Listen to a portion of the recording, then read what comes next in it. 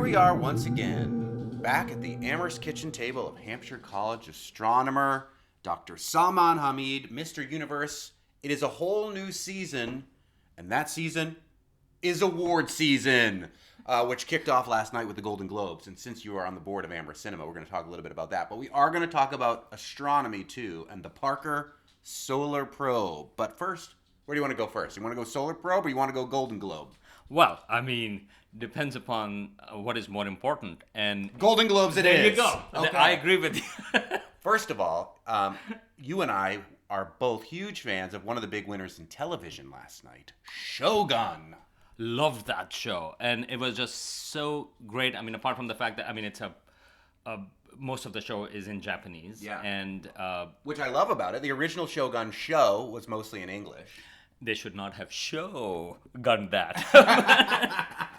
But this show was amazing, and all the three main characters in there got nominated, the Japanese actors.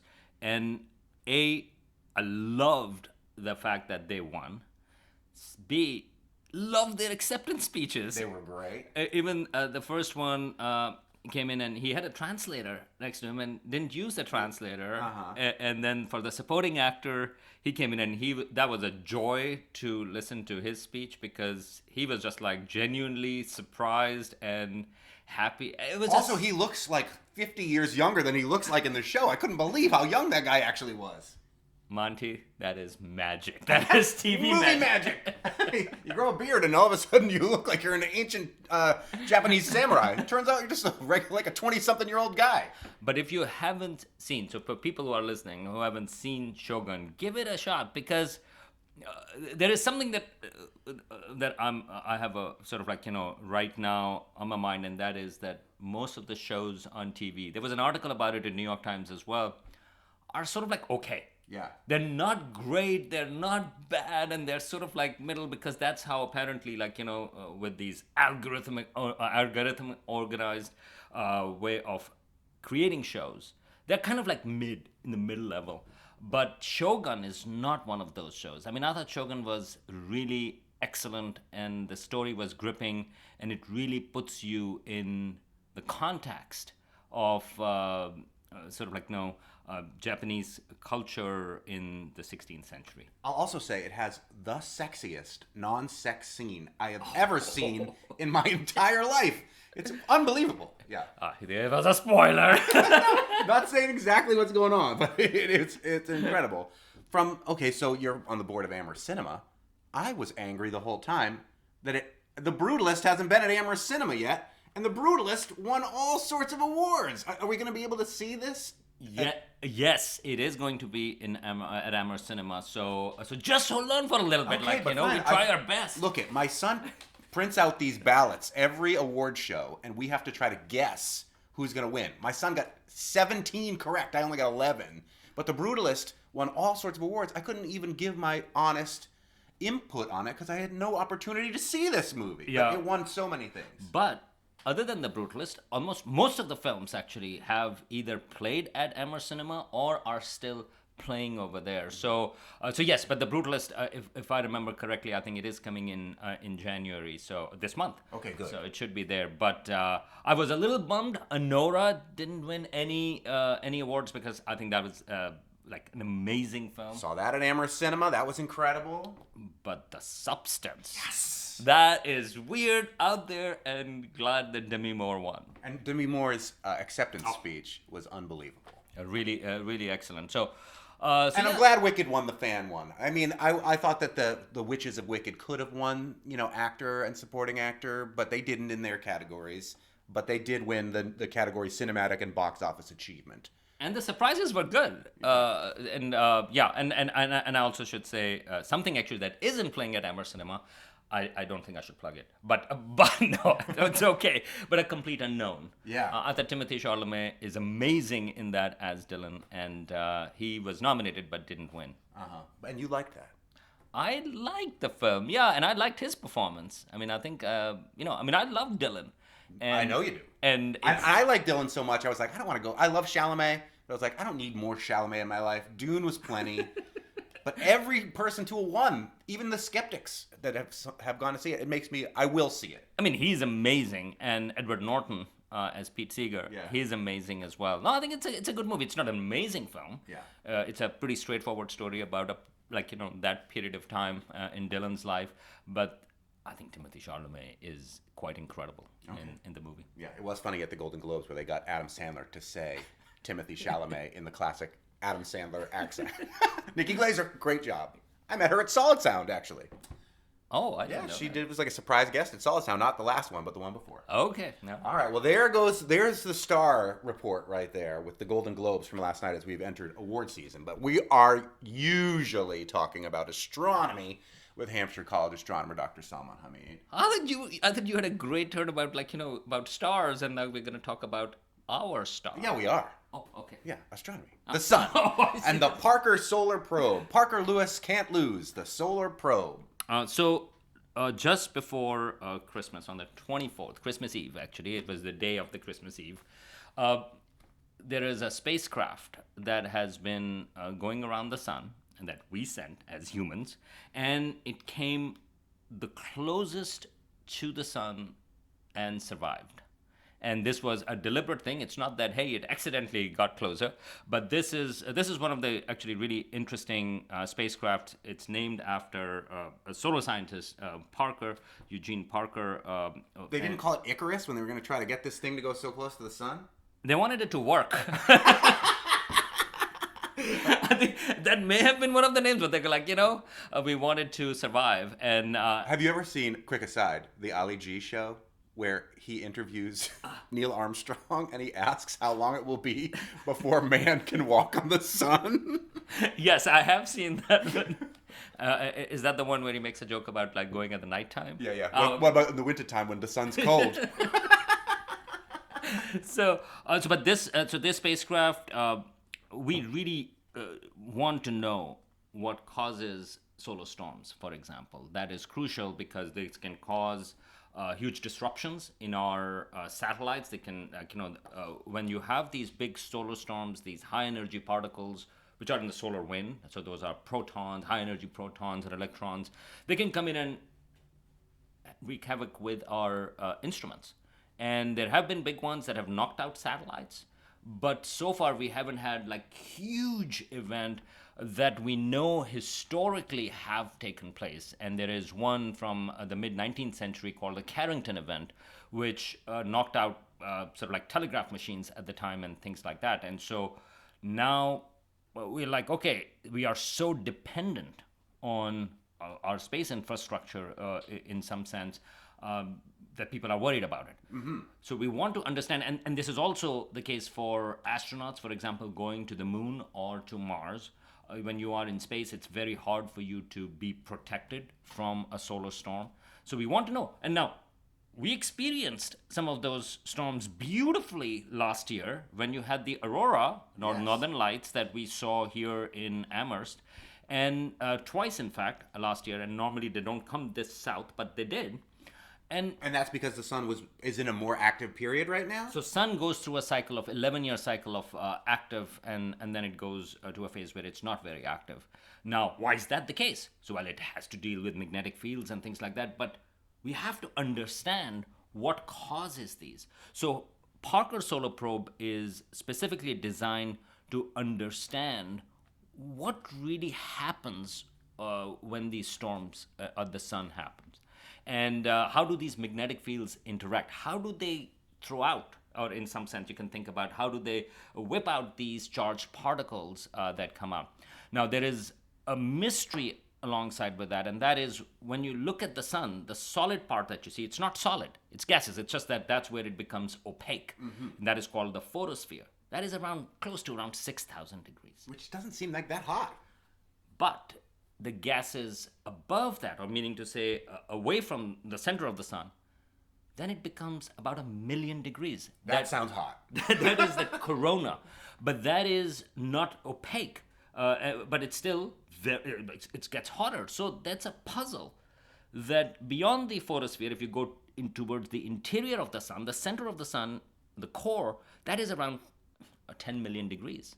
where hydrogen is burned into helium at temperatures of millions of degrees, Where you have as they might be giants, and others have said in song. where you have nuclear fusion going on, and then it gets cooler and cooler and cooler, and then you have this opaque region which is around 6,000 degrees. You go like, okay, now you would expect things to get cooler after that, but that doesn't happen. And in fact, the gases actually are around 1 million degrees. So there is a big puzzle: what heats up this corona?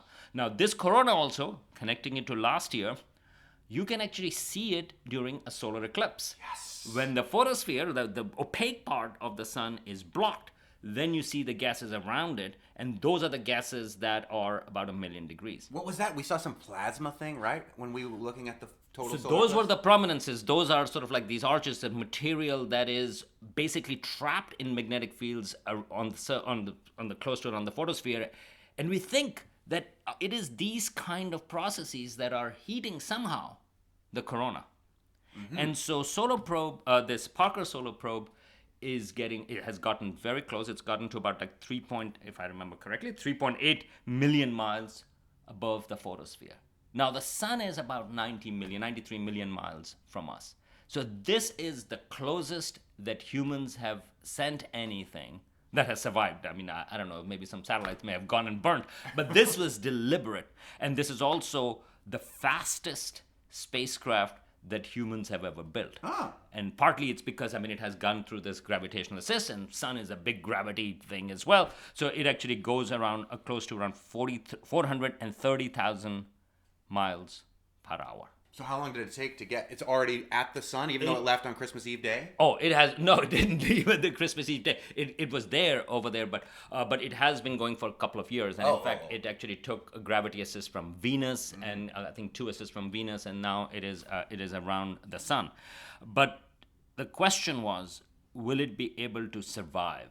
Because you would be experiencing extremely high temperatures. It does have a thick shield, which is about 4.5 inches thick, carbon-based shield, which can withstand about a couple of thousand degrees Fahrenheit temperature.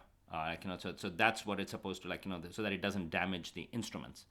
And when it went close to the sun, that's the closest approach of a spacecraft by humans on December 24th. We were not sure if it comes out whether it's alive, if it has survived those instruments or not, because this is the first time ever a spacecraft has gotten that close. And so we were waiting, or by we, I mean astronomers were waiting for the signal to come back, and on December 27th, right on cue, it actually sent 4 signals to say, hey, I'm okay. And that is amazing. And in fact, the measurements that it sent was basically, it's not the actual data, but it just sent sort of that, hey, all the things are working as they should. And what that means is that the data that it was supposed to have taken, that has also been taken successfully. And on January 1st, on New Year's of 2025, it sent some more data as well. And that is the sort of the telemetry data about where it is, how things are working, and so on and so forth. So we know everything worked fine. And now in January, later this month, it's going to send the scientific data when it will have the right orientation. It's not that straightforward. I mean, as you can imagine, it's far away, so the antennas have to be aligned in the right way. And so this month, we are expected to get the data of what it measured in its closest approach. So when I drive to your house and get ready for this conference, our little chat, I have a little video conference in my car, and certain places in Amherst, I drop the signal. That's right. So we're all used to this with our technology here. When you send a probe 90 million, not 93 million miles away, you have to wait till can you hear me now, before it can send that information back. That's the delay, because it doesn't send. And also which side you're on. Right. So if it's on the other side of the sun, yeah. I mean, there's no way it's going to get. That's exactly right. I mean, it has to have the right orientation for it to send sort of this information. And I think it's the orientation of the major antenna, the one that got the data. It aligns with the Earth and where the Earth's detectors are, and so on and so forth. So that will be coming in, but. If I can connect this to one other study that came out last year, in fact, last month, which is both last year and last month. that is true. And that was that we don't know when or how often, how frequently stars like our sun produce these huge flares. So, like the solar storms that I mentioned, and so astronomers call this super flares, and like those could be very damaging. But the question was, well, how frequently do they happen here with our sun? And it is hard to get the records for that in on Earth. So a lot of things that we get from geological records, we can actually figure out things. But this kind of flares, it's hard to get the records out. So there has been a debate. How often? Once in every 1,000 years, or when do these like mega flares, so super flares happen? But a new study that came out, they actually looked at the data from Kepler space telescope, which used to sort of like look at exoplanets. So it was studying variations in brightnesses of stars because if planet comes in front of it or not. So they have a huge data of variations of brightness of stars that they looked at. So this particular group, they actually studied over 56,000 sun-like stars over and this is from the data of the retired Kepler telescope, and they looked at it. Well, those sun-like stars, how often do they have flares in the lifetime that they observed, like when the Kepler's telescope was there? And it comes out that about once every 100 years, you would have a major flare event, and which is about 30 times higher than previously estimated.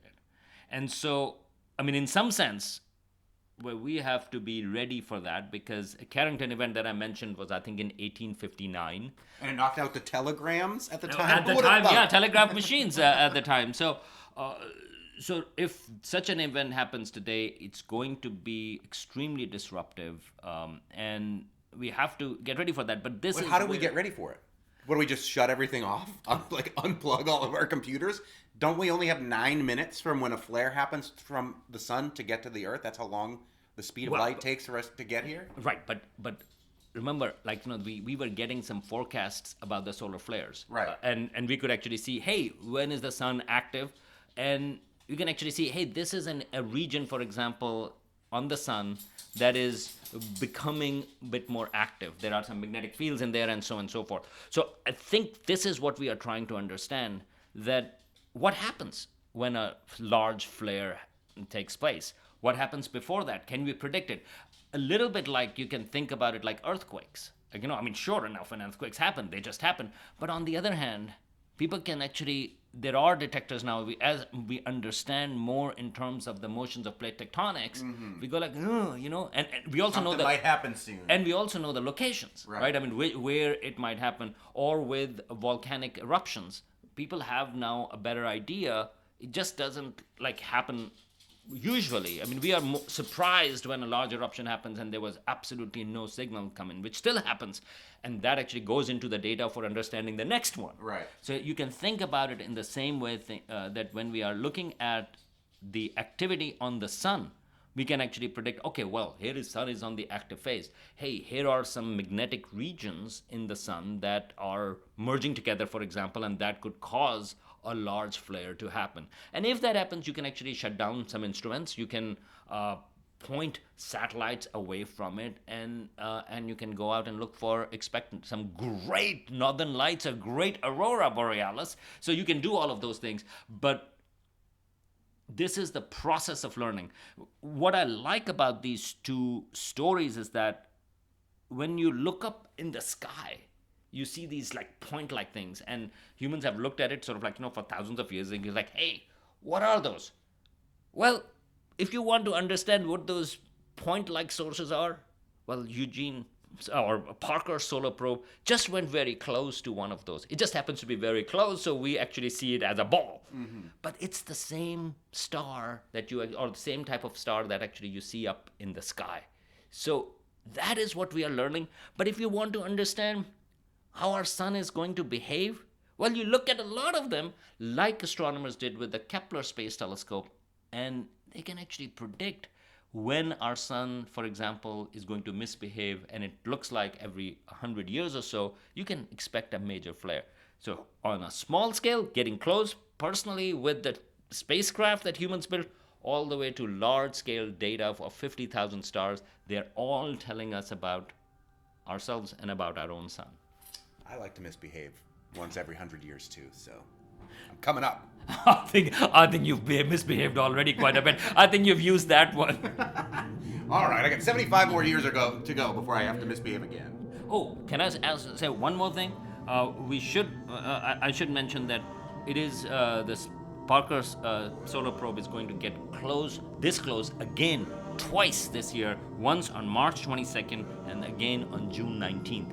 So it's going to be taking twice the similar kind of data, and it will depend upon what we learn from first time in order to see how they can tweak it to learn more information second and third time. And then when it's done, they're going to just drive it into the sun and burn that thing up, because that would be kind of fun to witness. I think so. I haven't looked at it, but my guess would be yes. I mean, when spacecrafts when they're orbiting places like Jupiter's moons, for example, or Saturn's moons, they try not to crash it onto the moons because there is likelihood that there might be potential of life over there, and our spacecraft can contaminate it, and so they crash it into Jupiter or Saturn.